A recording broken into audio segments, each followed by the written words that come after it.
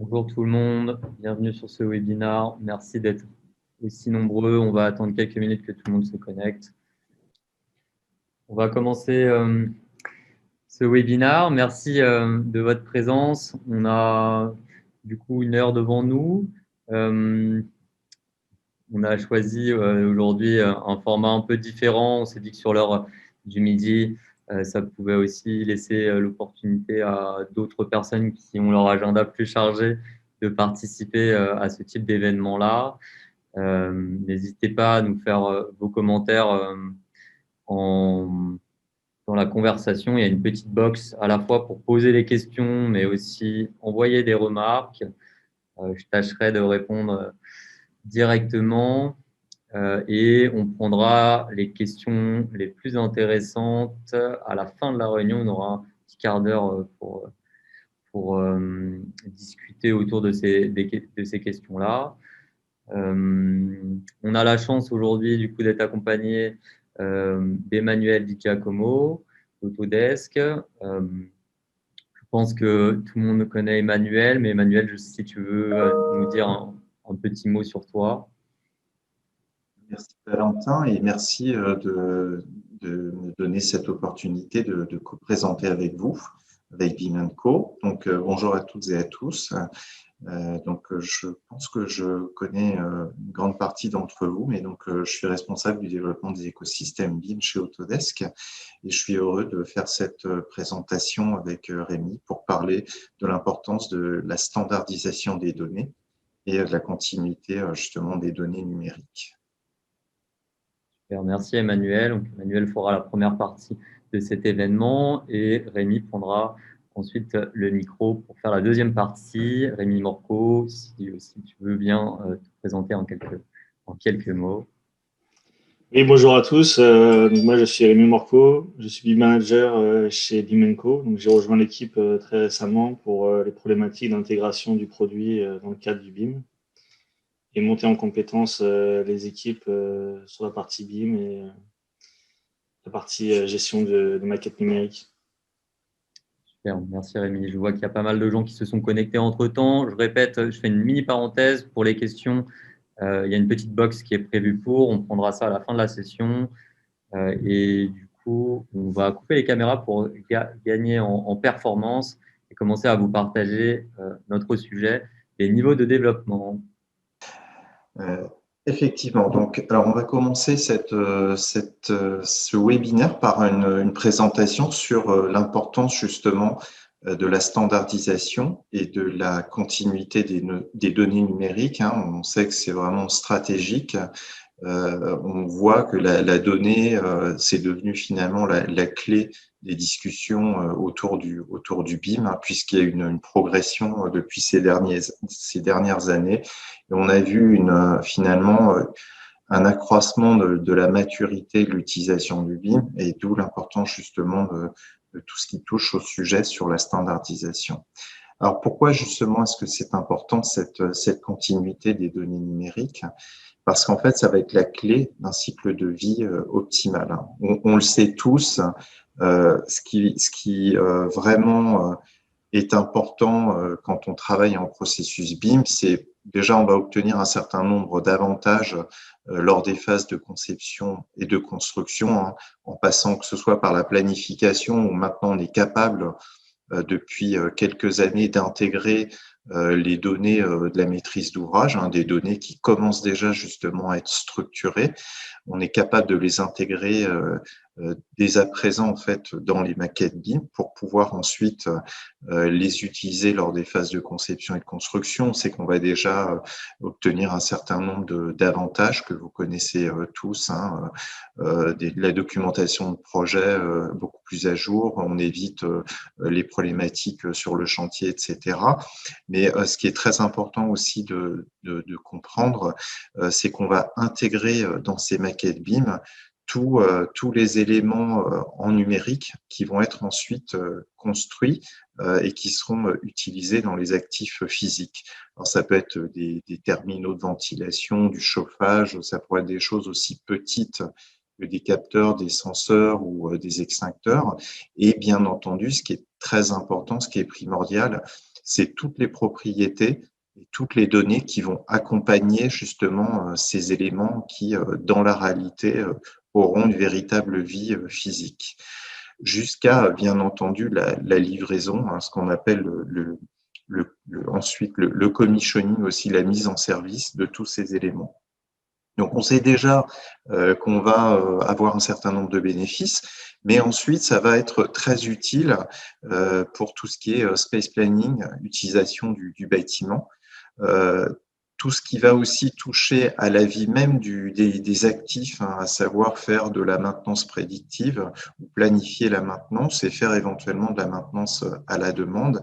Et bien entendu, quand on parle aussi de données, il faut absolument prendre en compte cette possibilité qu'on a dorénavant de faire du monitoring des performances et éventuellement des ajustements. Alors les performances, quelles qu'elles soient, hein, ça peut être les performances effectivement énergétiques, mais la performance économique d'un bâtiment. Donc tout cela, on sait que aussi l'objectif final, hein, maintenant on en entend de plus en plus parler, c'est le jumeau numérique. Le jumeau numérique qui va nous permettre de gérer nos actifs de manière extrêmement performante.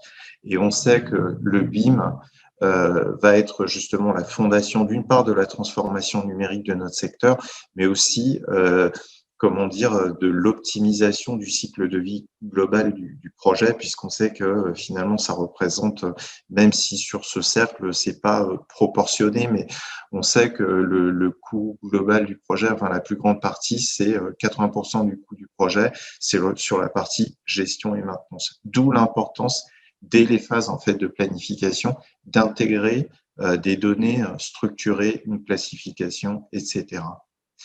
Alors ensuite, pour aller, comme je le disais, jusqu'à un jumeau numérique, il y a eu des études qui ont été faites au niveau de la maturité du jumeau numérique. Alors déjà, le jumeau numérique, hein, si on veut qu'il ait une valeur commerciale et si on veut qu'il participe à la transformation numérique, on sait déjà qu'on va avoir une partie descriptive, c'est-à-dire toutes les informations qui sont utilisées pendant les phases de conception et de construction du projet. L'informatif, ça va être justement commencer à utiliser les données des senseurs et des capteurs qui vont se trouver dans le bâtiment physique et qu'on va être capable de, comment dire, de récupérer directement dans un jumeau numérique qui peut être basé sur n'importe quel type d'application. On en voit de plus en plus apparaître hein, chez des, comment dire, des éditeurs comme Vinci Facilities ou Engie ou Spinalcom.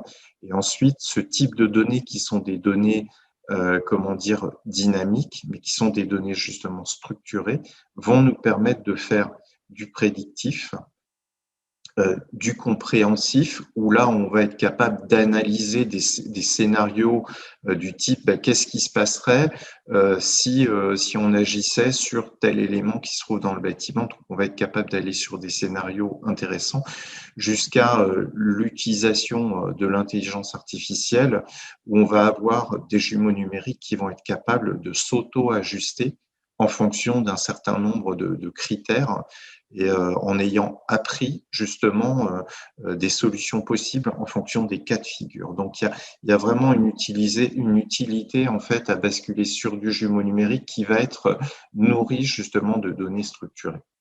Alors, les défis de l'industrie, hein, quels sont-ils hein? On sait que maintenant, on a de plus en plus de maîtres d'ouvrage qui demandent du BIM. Malheureusement, pour l'instant, ce qu'on constate, c'est que les équipes projets, pour beaucoup, livrent des données qui sont bloquées dans des fichiers, alors que ce soit des fichiers natifs ou des fichiers d'ailleurs au format IFC. Et malheureusement, on sait qu'avec cela, on va pouvoir répondre à une partie de la demande de l'optimisation finalement du cycle de vie complet du projet, mais pas totalement. Parce que si les données sont bloquées dans les fichiers, bah, évidemment, on ne va pas pouvoir en faire grand-chose, ou alors ce sera extrêmement limité. On ne pourra pas faire du jumeau numérique dynamique.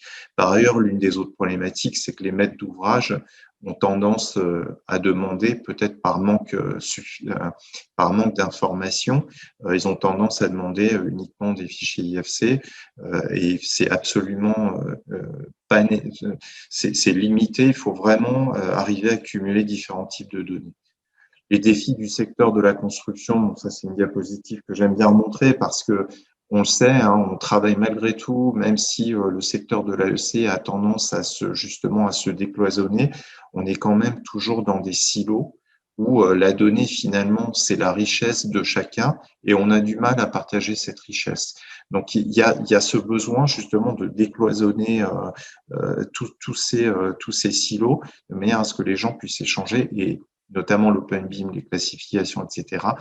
C'est ce qui va permettre d'arriver à décloisonner, à obtenir aussi une continuité de la documentation numérique. D'ailleurs, le terme documentation, il est certainement limitatif et galvaudé parce que finalement, le projet, c'est plus uniquement de la documentation ou un dossier, entre guillemets, c'est un ensemble de données qu'on va être capable d'exploiter jusqu'à la livraison du projet et à sa mise en service. Et tout ça, bien entendu, ça a un impact sur les aspects contractuels de ce projet. Donc, qu'est-ce qu'on constate? C'est qu'effectivement, comme je le disais, les maîtres d'ouvrage, ils reçoivent en général ceci. J'aurais pu exagérer en mettant des icônes de fichiers, fichiers que ce soit natif ou IFC, alors qu'en fait, les maîtres d'ouvrage, ils ont besoin de ça. Ça, c'est quoi? C'est un jumeau numérique justement dynamique qui va être capable, grâce à toutes les données qu'il intègre, ces données structurées, de permettre de gérer son patrimoine de manière optimale. Et de manière à aussi boucler la boucle, de manière à tenir la promesse du workflow BIM qui, lui, est centré sur les données. Donc, il faut absolument que cette boucle puisse se refermer parce qu'il est évident qu'avec les données dynamiques qu'on va être capable de récupérer dans un jumeau numérique, on va être capable de venir renourrir à nouveau la base de données d'origine finalement du projet et d'avoir un cycle continu en fait de toutes ces informations qui permettra de faire évoluer le bâtiment de manière intelligente. Avec les smart buildings qui s'intègrent eux-mêmes dans des smart grids, on a absolument besoin d'avoir cette boucle quasiment infinie. Alors les jumeaux numériques, c'est justement une représentation fidèle du bâtiment construit qui intègre justement toutes les propriétés. Et ces propriétés, il faut avoir anticipé à l'avance, et c'est pour ça qu'on va les retrouver notamment dans des cahiers des charges BIM ou des cahiers de spécifications, etc., des chartes, pour pouvoir s'assurer justement qu'il y ait cette continuité numérique. D'où vient cette idée et cette notion de jumeau numérique? Encore une fois, il nous vient du domaine de l'industrie. Ça a été vraiment inventé dans ce secteur-là pour pouvoir monitorer en temps réel finalement la performance des bâtiments avec encore une fois des capteurs et des senseurs. On retrouve ça dans le domaine de l'automobile, le domaine de l'industrie aéronautique, etc. Mais tout ce qu'on va retrouver dans les usines et aussi pouvoir anticiper la maintenance future ou prédictive de tous ces éléments-là. Et on voit que c'est en train de plus en plus d'imprégner le secteur du bâtiment. Donc ici, vous voyez que justement, on accède à différents types de données, des données par exemple de consommation électrique, ou de température, ou de propriétés du type taux d'humidité à l'intérieur d'un bâtiment, chaleur, présence de personnes, défectuosité de certains équipements, pulsation d'air à l'intérieur d'un bâtiment. On aurait pu aussi détecter de la pollution, quelle qu'elle soit, pollution de l'air. Justement, on pourrait détecter aussi éventuellement la présence de virus ou de plomb ou n'importe quel type de choses. Donc, vous voyez que la donnée, c'est vraiment clé et c'est central. C'est pour ça que nous, chez Autodesk, on accorde une importance, mais vraiment de tout premier plan, à cette génération de données, à la convergence entre le BIM et l'Internet des objets pour pouvoir, comme vous le voyez à l'écran, être capable d'aller finalement de la plus grande échelle du niveau du bâtiment jusqu'au niveau du capteur qui se trouverait par exemple sur une porte. Un exemple justement de l'importance de cette donnée avec ce projet de Schneider Electric. Donc là, Schneider Electric très impliqué dans le domaine de l'énergétique et de la performance des bâtiments. Ils ont compris au travers de la conception depuis longtemps, mais là, c'était un exemple important au travers de la conception de ce bâtiment à Grenoble, de l'importance de la donnée qui permet d'aller piloter des tableaux électriques, techniques, dynamiques, de se promener à l'intérieur de ce bâtiment pour aller, contrôler ce qui se passe à certains endroits, la présence de personnes, pour adapter justement, pour avoir vraiment des bâtiments qui sont totalement autonomes et qui s'adaptent en fonction de la présence de personnes ou de l'absence de présence de personnes, donc du coup nécessité ou pas de chauffage, taux d'humidité, température à l'intérieur d'un lieu. Donc il y a une vraie réalité par rapport à ça. Donc, qui dit continuité de la donnée numérique, bon, ça paraît être quelque chose d'assez basique à dire, mais dit commencer en numérique et rester en numérique tout au long du cycle de vie du projet. Et tout ça, ça va nous permettre d'accroître la valeur du BIM, justement, et de venir nourrir le jumeau numérique. Alors, pour nourrir le jumeau numérique, il faut justement s'appuyer sur des données qui se trouvent à l'intérieur de fichiers, mais arriver à débloquer ces données de manière à les injecter dans un jumeau numérique qui s'appuie sur ce qu'on appelle un environnement commun de données, un CDE, Common Data Environment. Et bien entendu, les données du modèle, il est extrêmement important qu'elles soient codifiées, standardisées, qu'elles s'appuient sur des standards du type COBie, IFC, ou des standards particuliers qui sont propres aussi à d'autres pays. Ça pourrait être aussi des standards ouverts du type GBXML, etc. Et ensuite, que ce soit classifié. Alors, classifié soit avec des classifications internationales qu'on connaît, Omniclass, Uniformat, Master Format, qui sont possible, c'est possible actuellement dans la plupart des applications, les applications comme Revit, et vous verrez qu'avec les solutions justement de BIM & Co, c'est possible, de manière à vraiment accroître la valeur du BIM et à ce que la maîtrise d'ouvrage puisse faire des analyses de ce qui se passe dans leur bâtiment, d'intégrer, de connecter avec des ERP, des CRM. Alors pourquoi c'est important, les classifications et les standards? Parce que d'une part, il y a une stratégie de classification de l'environnement bâti avec notamment des notions de catégorie en fonction des objets qu'on va avoir dans le bâtiment. C'est important parce qu'on voit aussi qu'il y a énormément de systèmes de gestion de classification, donc il y a un moment, il faut faire des choix. C'est d'autant plus important qu'il y a de plus en plus de données qui sont stockées, récupérées, communiquées, utilisées entre tous les acteurs du projet. Donc, vous imaginez que si chacun parlait sa langue, évidemment, on n'y arriverait pas. Ensuite, la classification et la standardisation, c'est la base aussi des technologies de smart building, puisque avec le BIM, en fait, on a de plus en plus de données qui sont générées, soit des données statiques ou des données, dynamiques. Et les attentes sont grandissantes de la part de la maîtrise d'ouvrage en termes d'utilisation et de valeur. La norme organisationnelle, du coup, elle va nous permettre de nous assurer que finalement les informations sont communiquées entre les parties prenantes, qui sont même séparées par des kilomètres des pays ou des continents. Et comment est-ce qu'on va utiliser en fonction des typologies finalement professionnelles? Ça va avoir des intérêts qui sont différents. La maîtrise d'ouvrage, elle va utiliser les classifications, soit qui leur sont propres, ou soit des classifications internationales pour organiser les données qui vont lui servir ensuite à gérer ses édifices, optimiser le coût en fait d'entretien et de maintenance de ces édifices, et planifier aussi le développement de ces bâtiments. Les entreprises, elles vont utiliser ces classifications pour gérer la construction, éviter les problèmes sur le chantier, pré-intégrer parfois aussi les données qui serviront à la gestion et à la maintenance du bâtiment, et planifier surtout ce qui va les intéresser, c'est la partie coût. Les architectes et les ingénieurs, eux, vont utiliser ces classifications pour générer les spécifications du projet.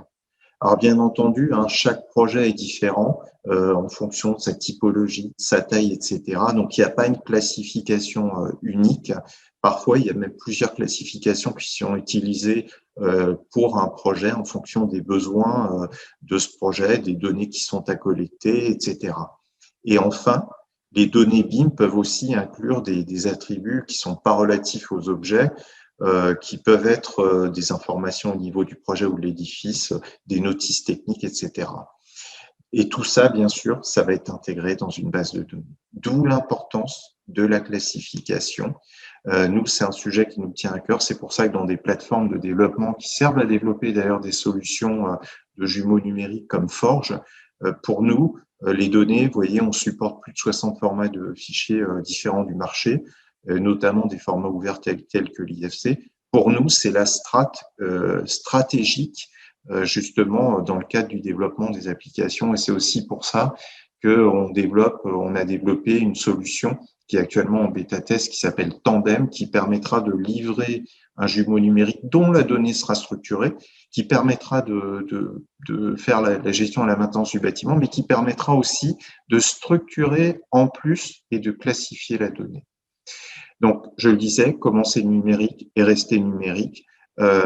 Cette solution, Tandem, permettra de suivre justement ce fameux fil numérique d'information pour chaque élément d'un actif, du début de sa conception finalement du projet jusqu'à sa mise hors service. Donc ça, ce sera déjà un premier niveau. Et les données, elles sont tellement différentes. Si on regarde le type de données, on a des données externes, on a des données qui proviennent de systèmes géospatiaux, de bâtiments et d'infrastructures. Dans le domaine de l'industrie, vous allez trouver des données du type process, vous allez retrouver les données dynamiques de type IoT, mais on aura aussi besoin de données business. Donc, les données de conception et construction, c'est très important. Et je laisse la main à Rémi, qui va maintenant vous parler. Merci Emmanuel pour ce contexte et introduction de l'importance de la donnée. On voit ton écran, Rémi. Et merci Emmanuel pour cette introduction, très belle présentation, et ça montre la politique et la stratégie d'Autodesk qui me semble très intéressante à suivre. Donc voilà, moi je vais présenter un cas particulier dans la partie information ou la partie BIM, c'est la partie niveau de développement, et notamment comment gérer les niveaux de développement dans un projet. Donc, cette présentation va se passer en trois étapes. On va voir d'abord les objectifs, ensuite étudier une certaine solution que nous on met en avant chez BIM&Co qui s'appelle OnFly, et on verra ensuite un cas d'usage que j'ai extrait pour vous. Donc, avant de parler d'objectifs, ce qui est important, c'est de définir un peu ce que est une LOD. Donc, aujourd'hui, on parle de LOD ou de NDD, on va dire en traduction française. Donc, on parle de level of development ou de niveau de détail ou niveau de développement. Donc, dans ce contexte-là, on va parler de différents sujets, donc soit le niveau d'information ou soit le niveau géométrique. Donc, c'est des concepts qui s'intègrent aujourd'hui dans la modélisation du bâtiment, donc la partie BIM. Et ce concept est largement utilisé dans l'industrie de l'architecture, de l'ingénierie et de la construction, notamment l'AEC. Donc, on peut voir qu'il y a différents standards qui existent au niveau national, notamment au Luxembourg, en Australie, où il y a différents guides qui définissent comment définir des LOD. Ces différents standards vont s'appuyer notamment sur la partie classification des objets, les propriétés, donc les informations qui sont issues des modèles, les modèles en termes d'objets et la documentation. Donc, en fonction des standards ou en fonction des normes, on va avoir différentes spécifications par rapport à cela. Voilà pour l'introduction au niveau NDD. Donc, en gros, le LOD permet de définir concrètement comment est définie une géométrie, son niveau d'information et son niveau de détail, donc une partie géométrique des objets. Donc, au niveau des objectifs, on va se retrouver avec deux objectifs principaux. C'est d'abord d'avoir un ensemble de données par métier. Donc, en fonction du métier et en fonction de l'usage qu'on peut faire d'une maquette numérique, on va avoir un contexte particulier sur les objets. Et ce contexte va évoluer en fait en fonction du projet et tout au long du processus de création de la maquette numérique. Ici, il y a une image qui illustre qu'en fait que c'est comme des tiroirs. Donc, en fonction de là où on se situe et du métier sur lequel on va travailler, on va avoir besoin d'une certaine géométrie ou d'une certaine propriété en fonction de son usage. Donc, ce qui est important ensuite, c'est donc c'est là où vraiment le LOD prend toute sa forme, c'est on va avoir un ensemble de données par phase de projet. Donc, à chaque phase, on aura des besoins spécifiques en fonction des exigences demandées. Donc, par exemple, en préconception ou en conception ou en exécution, on n'aura pas les mêmes attentes en termes d'information et en termes de géométrie. Le LOD permet de définir tout ça. Donc aujourd'hui, la problématique, c'est que de base, normalement, le LOD est une approche simple pour spécifier les exigences du contenu dans un processus BIM, dans le monde de l'industrie ou dans le monde de l'AEC. La problématique, c'est que ces standards sont peu ou mal définis. Quand ils sont bien définis par les utilisateurs qui vont mettre en place cette charte, il peut y avoir des problématiques de niveau de maturité pour les contributeurs. Donc, souvent, ces concepts-là sont définis dans des documents de type Excel ou PDF qui sont un peu indigestes à lire et à mettre en place. Donc, c'est un peu compliqué pour les contributeurs d'assimiler ces concepts-là. Et souvent, ces standards sont différents d'un projet à un autre, d'une entreprise à une autre et d'une phase à une autre. Donc, comme l'a dit Emmanuel tout à l'heure, l'important derrière tout ça, c'est de pouvoir standardiser ces concepts-là pour qu'une fois pour toutes, on ait une espèce de normalisation à travers les projets pour qu'on ait un socle commun pour définir ces LOD. Donc, il y aura toujours des subtilités à travers les projets par rapport aux typologies de projets.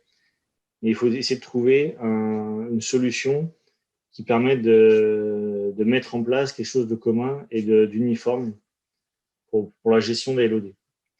Alors aujourd'hui, la solution qui vous est présentée s'appelle OnFly. Donc, je vais présenter un peu notre vision des choses à travers la solution OnFly, donc, qui est développée par BIM&Co. Donc, on va voir tout d'abord la technologie qu'on a pu mettre en place ces derniers mois pour répondre à cette problématique et cette forte demande par rapport à nos clients. Donc ici, j'ai fait un petit schéma donc, qui présente uniquement un concept en fait de master object. Donc pour nous, la partie objet et la partie information est distincte, mais est liée à travers un seul objet qu'on va appeler chez nous un master objet. On va trouver différents concepts dans ce master objet, la partie classification, la partie propriété, la partie variante, la partie modèle, la partie documentation. Donc, dans la partie LOD, il faut qu'à chaque étape de ce concept, on puisse gérer la partie LOD, justement, ce qui nous intéresse aujourd'hui. En plus, à travers ces concepts-là, donc ça, c'est pour la partie, on va dire, simple objet. Après, il y a une contrainte qui va se passer quand on passe en partie projet, où là, on a multiples objets, différents objets qui vont interagir sur des classifications qui peuvent être les mêmes ou qui peuvent être différentes, et avec un niveau de détail qui peut être différent en fonction de l'utilisateur qui va utiliser tel ou tel objet. Donc là, c'est un autre schéma qui présente un peu la vision master objet qu'on a à travers la partie projet, avec différentes variantes, différents modèles, et tout ça lié à une classification ou un LOD.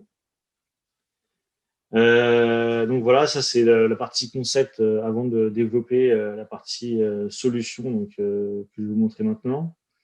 Donc la partie solution, donc aujourd'hui on va pouvoir, à travers notre outil qui s'appelle OnFly, pouvoir gérer ce concept de LOD à travers la fonction set de propriété qui permet d'assurer la mise en conformité des objets, des produits et des propriétés à l'ensemble des spécificités métiers de votre entreprise ou à travers votre projet.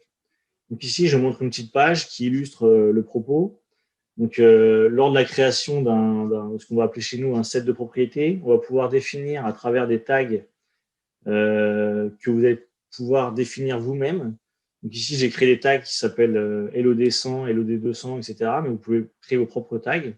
Donc ici, ces tags vont me permettre en fait d'attribuer pour les différents sujets, donc les propriétés, les modèles, les documents, taguer en fait en fonction de votre besoin le LOD nécessaire pour le développement de votre objet. Donc ici par exemple, un cas illustré, donc à travers la création de sets de propriétés, donc on va pouvoir configurer différentes propriétés par module et par métier. Donc, en fait, ces modules sont des filtres sur les caractéristiques. Donc, j'ai des données qui sont liées à un métier, j'ai des données qui sont liées, par exemple, à l'économiste, au fluide ou à l'architecte.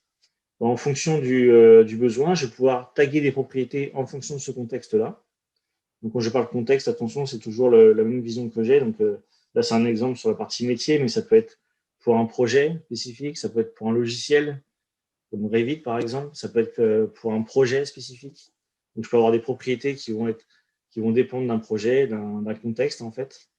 Donc, c'est important de comprendre la partie contexte parce que pour la suite de la présentation, bah, c'est ce concept-là que je vais m'appuyer.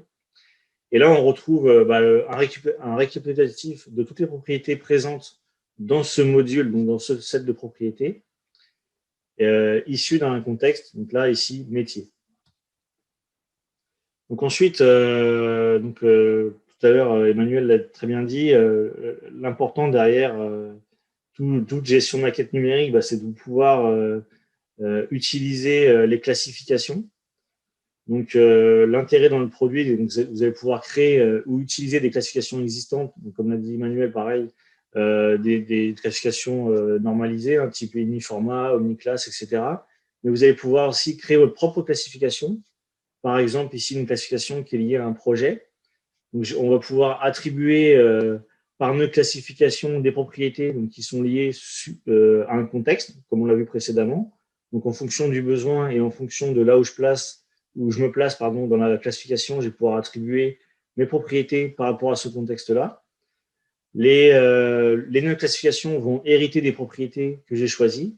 Et ensuite, je vais pouvoir attribuer par propriété ou par nœud de classification ma gestion de LOD. Donc là, ici, je vais me retrouver tout à gauche avec la classification qu'on gère actuellement dans notre outil. Donc, on va pouvoir créer chaque nœud de classification, des arborescences de classification jusqu'à 5 niveaux. On va pouvoir attribuer le contexte. Donc, le contexte, ça va être des sets de propriétés qui sont liés au métier, au projet ou à la typologie d'objets, par exemple. On peut retrouver ici sur la partie façade et vêture. Ensuite, on va retrouver les propriétés dans ces nœuds de classification. Et pour chaque propriété, je vais pouvoir attribuer la gestion de mon LOD. Donc là, ça sera plutôt pour la partie information, donc plutôt LOI ou NDI. Et donc là, je vais spécifier pour chaque propriété le niveau d'information nécessaire pour ma donnée. Ensuite, je vais me retrouver sur la partie modèle. Donc, de la même manière que la partie propriété, je vais pouvoir taguer des modèles en fonction de son niveau, cette fois-ci géométrique.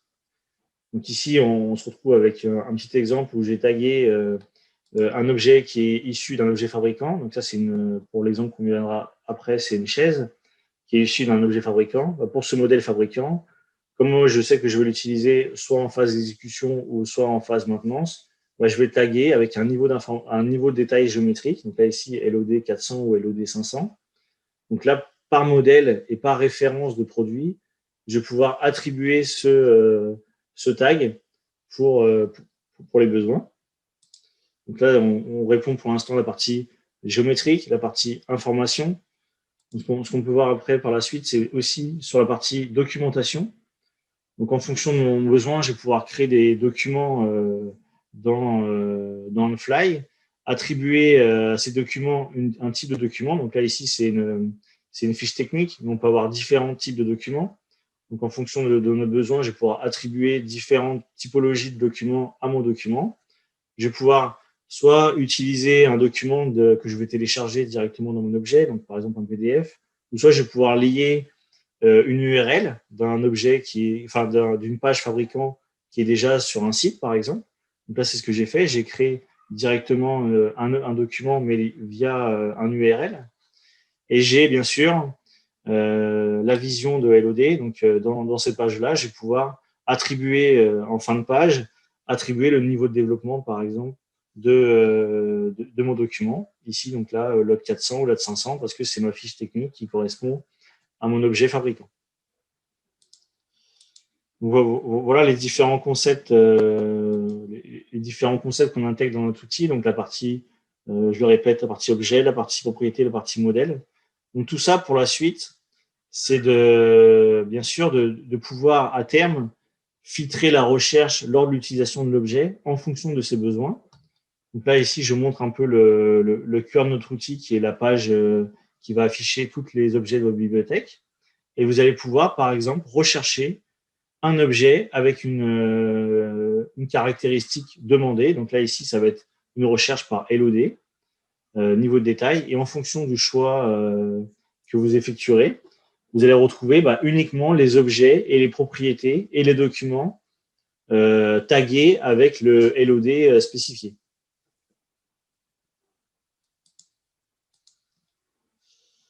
Donc voilà, voilà pour les objectifs, voilà pour la solution, pardon.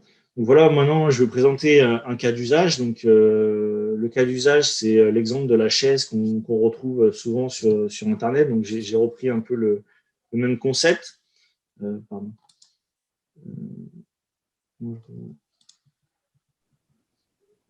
Voilà.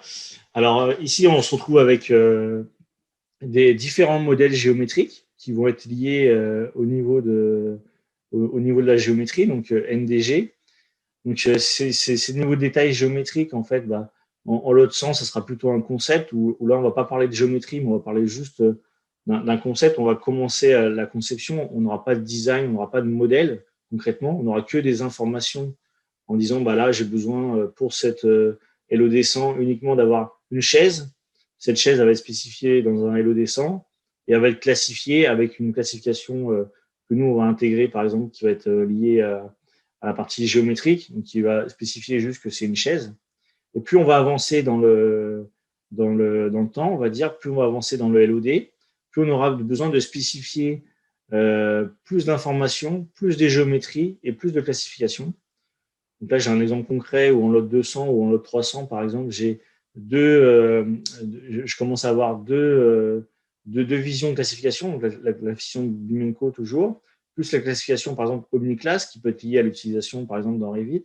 Je vais avoir une géométrie un peu simplifiée, avec déjà un niveau d'information qui va commencer à définir, par exemple, la dimension du produit, le type de classification, le type de LOD. Et plus j'avance dans le temps, par exemple, lot 400 ou lot 500, la maintenance, où là, je vais avoir toutes les classifications nécessaires, notamment à l'omniclass ou à l'export IFC, ou aussi des classifications qui sont liées à la maintenance, par exemple comme le kit BIM Exploit. Et là, je vais définir en termes de géométrie plus précisément la géométrie. Et là, je vais retrouver vraiment la géométrie réelle de l'objet, avec toutes les caractéristiques techniques de l'objet, notamment les dimensions plus précises, aussi des propriétés qui sont liées à la maintenance. Donc, par exemple, la date de livraison, la date de début de garantie, la date de fin de garantie, etc. Donc là, je vois tout l'étendue de ce que peut retrouver au sein d'un même objet on-fly, toute la vision qu'on peut avoir. Donc, c'est vraiment des vues en fonction de là où on se place.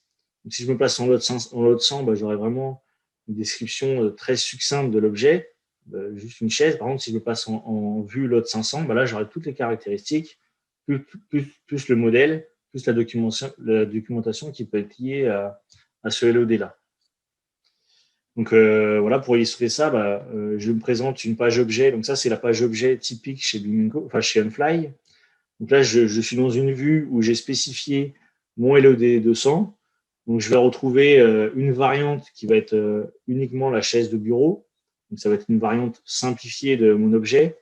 Les propriétés, je vais retrouver les propriétés simplistes qui vont représenter en fait la boîte de l'objet. Plus une description, donc c'est les chaises de bureau. Je me retrouve avec un seul modèle 3D et une documentation. Je n'ai pas encore de documentation parce que je n'ai pas encore précisé quel type de modèle ou quel type de référence je veux en termes d'objet. Par contre, plus je vais avancer dans le temps, par exemple, le 300, je vais déjà préciser que en plus d'avoir une chaise de bureau, j'ai besoin d'avoir une chaise de bureau avec accoudoir. Donc là, je me retrouve avec des propriétés qui ont été renseignées d'une manière différente en fonction de mon lot 300. Et plus j'avance, bien sûr, quand je vais passer en lot 500, là, je vais me retrouver avec toutes les propriétés et toutes les caractéristiques de l'objet, avec un modèle plus un document. Donc, on peut retrouver ici, donc je n'ai pas ouvert la page documentation, mais ici, en lot 500, je me retrouve avec un document qui est la fiche du fabricant. Je vais pouvoir l'ouvrir par la suite.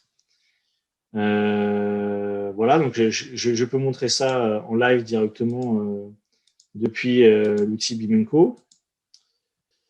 Donc, je vais passer ici sur cet écran-là. Donc là, normalement, on voit l'écran on-fly. Donc là, c'est l'exemple de la chaise avec la coudoir, hein. Je me retrouve avec mes différentes variantes qui vont correspondre, bien sûr, à mon niveau de détail. Donc, si je me place sur le niveau plus élevé, niveau de Lot 500, je vais me retrouver, bien sûr, avec la possibilité de pouvoir filtrer mon contenu en fonction de mon niveau d'information. Donc là, ici, je vais pouvoir filtrer ici mon contenu en fonction du LOD 500. Et dans ce niveau d'information, je vais retrouver toutes les informations précédemment citées, les dimensions, etc. Donc là, je suis en anglais, donc ça me permet d'introduire le fait que aussi on gère le multilingue. Donc on peut convertir facilement d'une langue à une autre des objets. Donc je vais rouvrir ma page objet ici. Je vais pouvoir sélectionner mon niveau de développement 500 et je vais me retrouver pour ce niveau de développement 500, bien sûr avec mon modèle 3D, avec le niveau d'information nécessaire. Donc là, il est valable en 400, mais il sera valable aussi en 500. La documentation, et comme je vous le disais tout à l'heure, c'est un lien directement d'une fiche technique. Donc ici, je peux directement activer et ouvrir le lien et je me retrouve sur la page du fabricant avec la description plus précise de ce qu'est la chaise de bureau utilisée lors du projet. Voilà.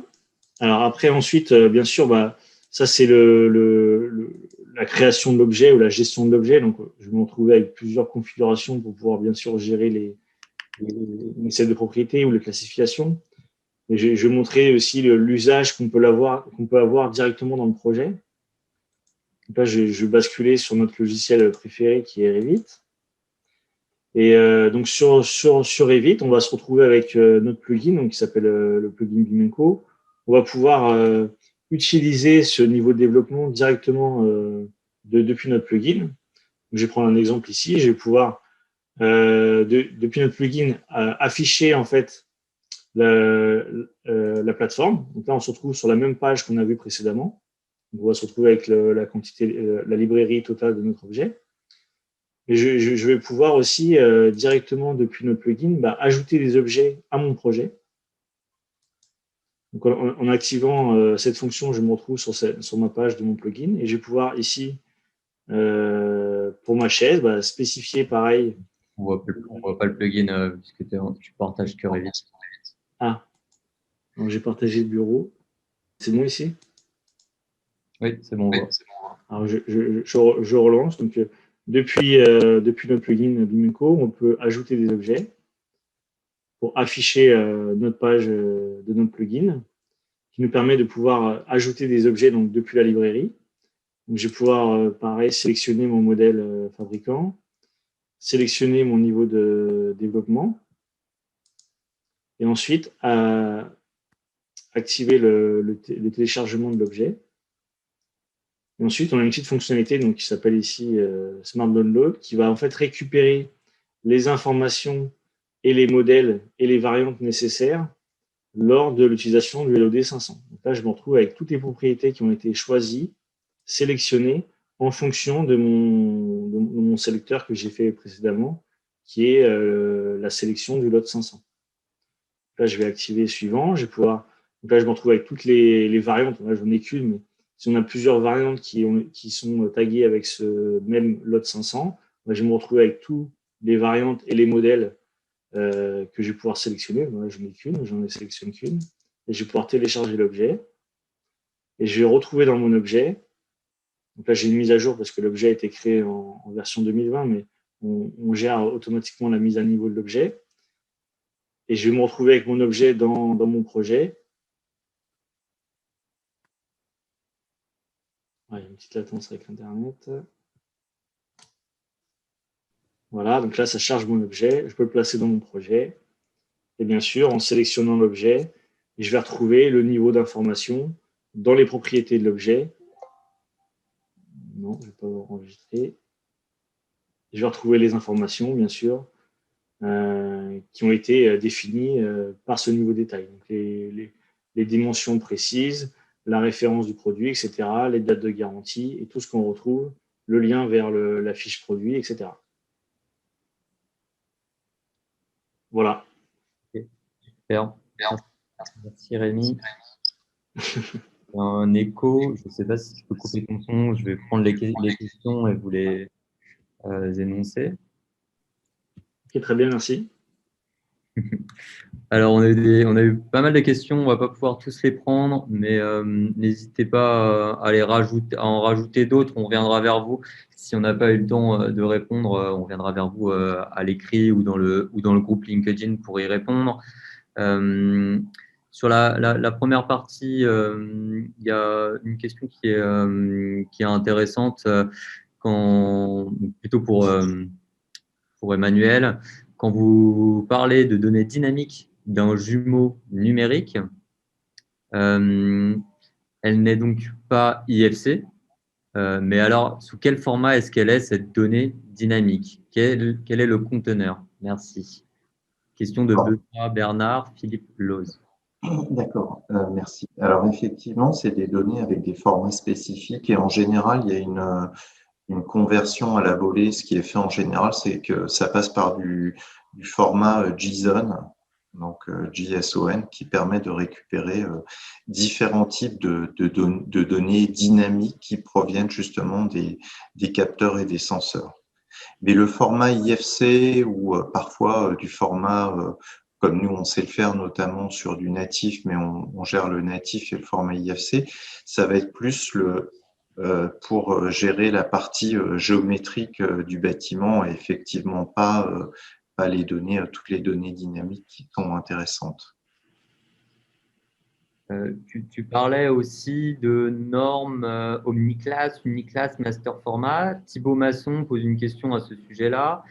On entend parler des normes omniclass, uniclass, master format depuis des années. À quand une norme française adaptée au contexte français?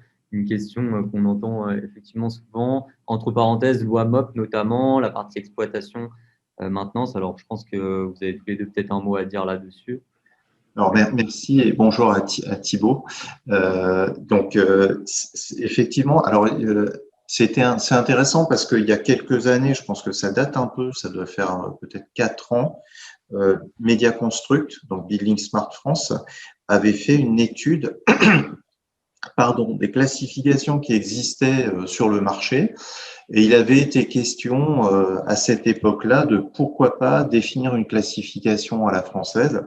Alors après, la question de fond qu'on peut se poser, c'est est-ce qu'il faut réinventer la roue? Est-ce que ça a un sens de faire une classification franco-française alors qu'on parle de BIM et qu'on est sur quelque chose qui est quand même un standard international, etc.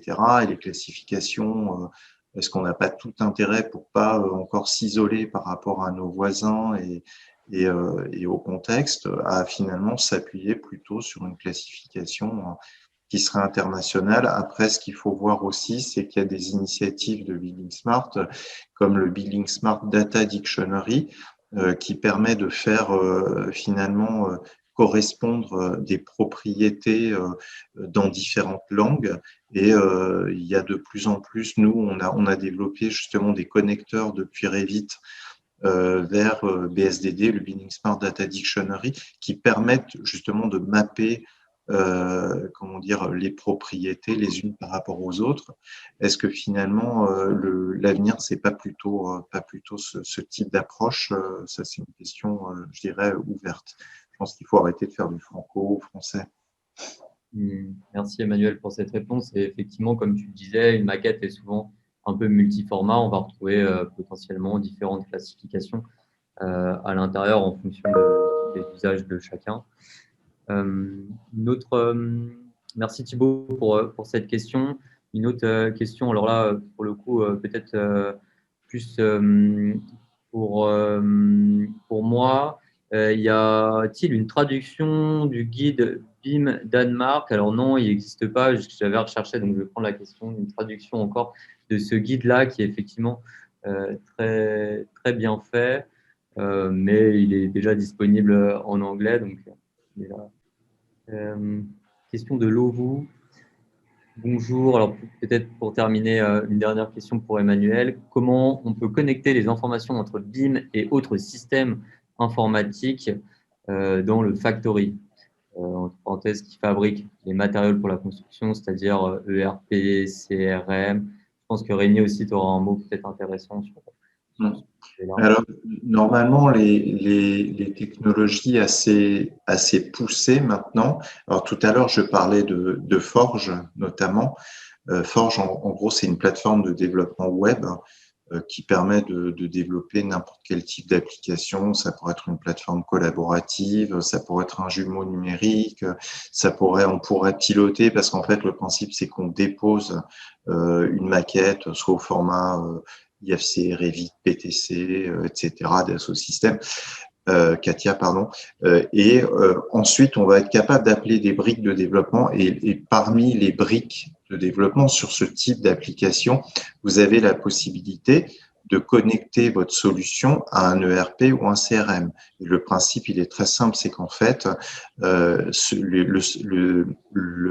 ou le CRM va aller fouiller dans la base de données directement sur ce serveur, sur cette solution SaaS et aller récupérer les informations. Donc, on peut tout à fait connecter à des systèmes d'entreprise. Ça, c'est tout à fait possible avec les solutions, encore une fois, on va dire innovantes et modernes du marché. Si on est sur des solutions beaucoup plus classiques qui existent depuis 20 ans ou 30 ans, c'est des choses qu'on ne va pas pouvoir faire ou ça va être un peu plus compliqué. Merci Emmanuel. Rémi, tu veux dire un mot peut-être aussi sur ce sujet? Oui, je pense que le rôle des API est majeur dans cette connexion-là. Et comme a dit Emmanuel, pour les solutions innovantes qui intègrent des API, ça va être très facile de les intégrer. Donc aujourd'hui, par exemple, chez Bimenco, on discute beaucoup avec des fabricants, donc on se connecte. On essaie de fournir en fait de la donnée qui est correcte et qui correspond aux données fabricants. Donc c'est un des enjeux aussi de la maquette numérique, c'est d'apporter des données qui sont conformes et qui sont validées par les fabricants. Donc nous, on fait pas mal de connexions entre le PIM et le BIM, donc via des passerelles, notamment par les API. Voilà, c'est un des enjeux, c'est de pouvoir connecter les outils entre eux et pour pouvoir livrer la bonne donnée. Parce qu'il ne suffit pas d'avoir de la donnée, il faut la bonne donnée. C'est ça qui est important. Merci Rémi et merci à la personne qui a posé la question de chez Top Apps, qui fait de la maison préfabriquée en Angleterre, a priori. Sur OnFly, pour toi Rémi, du coup, Loïc Penamen qui pose la question, le modèle, une fois chargé dans OnFly, dans le projet, peut-il recevoir de nouveaux paramètres, paramètres projet ou partagés par exemple? Tout à fait, tout à fait. En fait, on peut enrichir le modèle, on peut l'alimenter de propriétés, on peut le mettre à jour en fonction des modifications qui peuvent être apportées depuis le projet ou depuis la plateforme. Donc, il n'y a pas de problème par rapport à ça. Okay. Une autre question de Marseille Beltray. Est-ce que comment on te positionne, Rémi, entre la phase du DCE et entre la maîtrise d'œuvre et l'entreprise? Est-ce que OnFly peut permettre justement la continuité de la donnée entre ces deux acteurs-là au niveau du DCE? Alors oui, la réponse est oui, et on va au-delà. On essaie de proposer en fait des outils qui vont optimiser le travail d'un AMO, par exemple, en proposant des outils qui vont s'assurer que les objets ou les maquettes contiennent bien les données, qui sont bien définies, qui sont bien uniformisées et qui sont bien classifiées dans les classifications qu'on va pouvoir gérer. La réponse est oui, mais on va un peu au-delà en proposant justement des outils pour uniformiser tout ça. Très bien. Merci Rémi. Christophe Jourdain, bonjour. Est-ce que vous utilisez Haystack? Est-ce que on utilise Haystack dans OnFly? Alors, je ne sais pas si tu veux prendre la réponse, Rémi. Je ne connais pas. On n'a pas intégré ce référentiel-là encore, mais par contre, C'est un référentiel, non, oui, je ne connais pas. par contre, ce que Rémi montrait tout à l'heure, c'est que vous pouvez créer votre propre référentiel dans OnFly. Donc, s'il manque une classification ou si vous voulez recréer la classification et le référentiel franco-français ou Haystack dans OnFly, vous avez la main pour créer une classification et associer des propriétés les différents niveaux de détail et d'information à l'intérieur. Alors, Haystack, je crois que c'est lié aux jumeaux numériques. C'est une sémantisation en fait des modèles de données, enfin, ou des données du modèle. Et je crois de mémoire, sans me tromper, que typiquement sur des solutions comme Forge, en fait, on gère du Haystack. Ok. Et, nous, on est très friands aussi pour ajouter, pour alimenter le sujet. On est très friands de ça. Et si on doit intégrer une nouvelle classification, ça se fait très rapidement et on peut la rendre publique très facilement. Ok, une dernière question. Okay. Peut-être deux dernières questions qui me semblent intéressantes. Pourquoi pousser un niveau de détail géométrique d'un objet qui peut être lourd, donc par exemple un lot 400, dans la maquette et ne pas rester à un niveau très basique avec un niveau d'information qui varie et qui peut être pour le coup très poussé. C'est une question qu'on me pose souvent. Ça dépend des exigences. Par exemple, en phase d'exécution, pour rendre des plans précis et qui correspondent à la réalité, on pourra faire derrière, par exemple, de la synthèse et autres, on a besoin d'un niveau de détail géométrique suffisant pour représenter l'objet dans son contexte réel, en fait.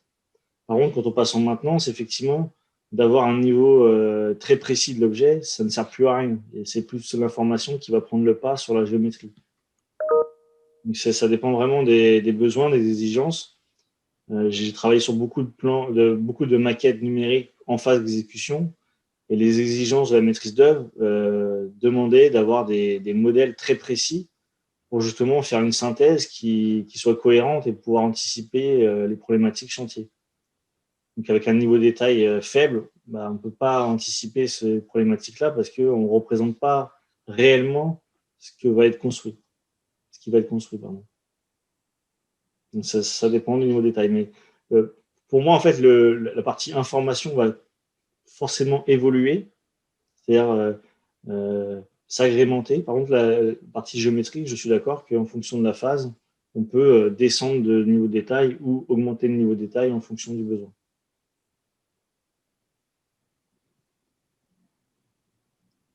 Merci pour cette question d'Amlad. Et donc, pour terminer, nous travaillons sur Revit. De façon générale, nous n'utilisons qu'une seule famille pour gérer le load 100, 200, 300. Faut-il 3 familles différentes pour un usage dans OnFly? Et si oui, cela paraît compliqué à mettre en œuvre pour les architectes et bureaux d'études. Terminé par un commentaire. C'est au choix.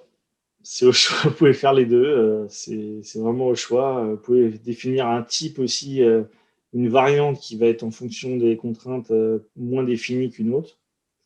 C'est au choix, vous pouvez avoir qu'un seul modèle, plusieurs modèles, c'est vraiment au choix. Parfait, merci. Il y a plein d'autres questions que je n'ai pas eu le temps de prendre. Il est 13 heures. Du coup, on va couper et revenir vers vous sur les différentes questions. Merci à Emmanuel pour ta participation et à Rémi. Merci Emmanuel. Merci à vous. Merci à vous. Merci à tous d'avoir participé à ce webinaire-là. Et je vous souhaite une agréable fin de journée. Un bon appétit. Bon appétit à tous. Merci à tous. Bon appétit. Au revoir.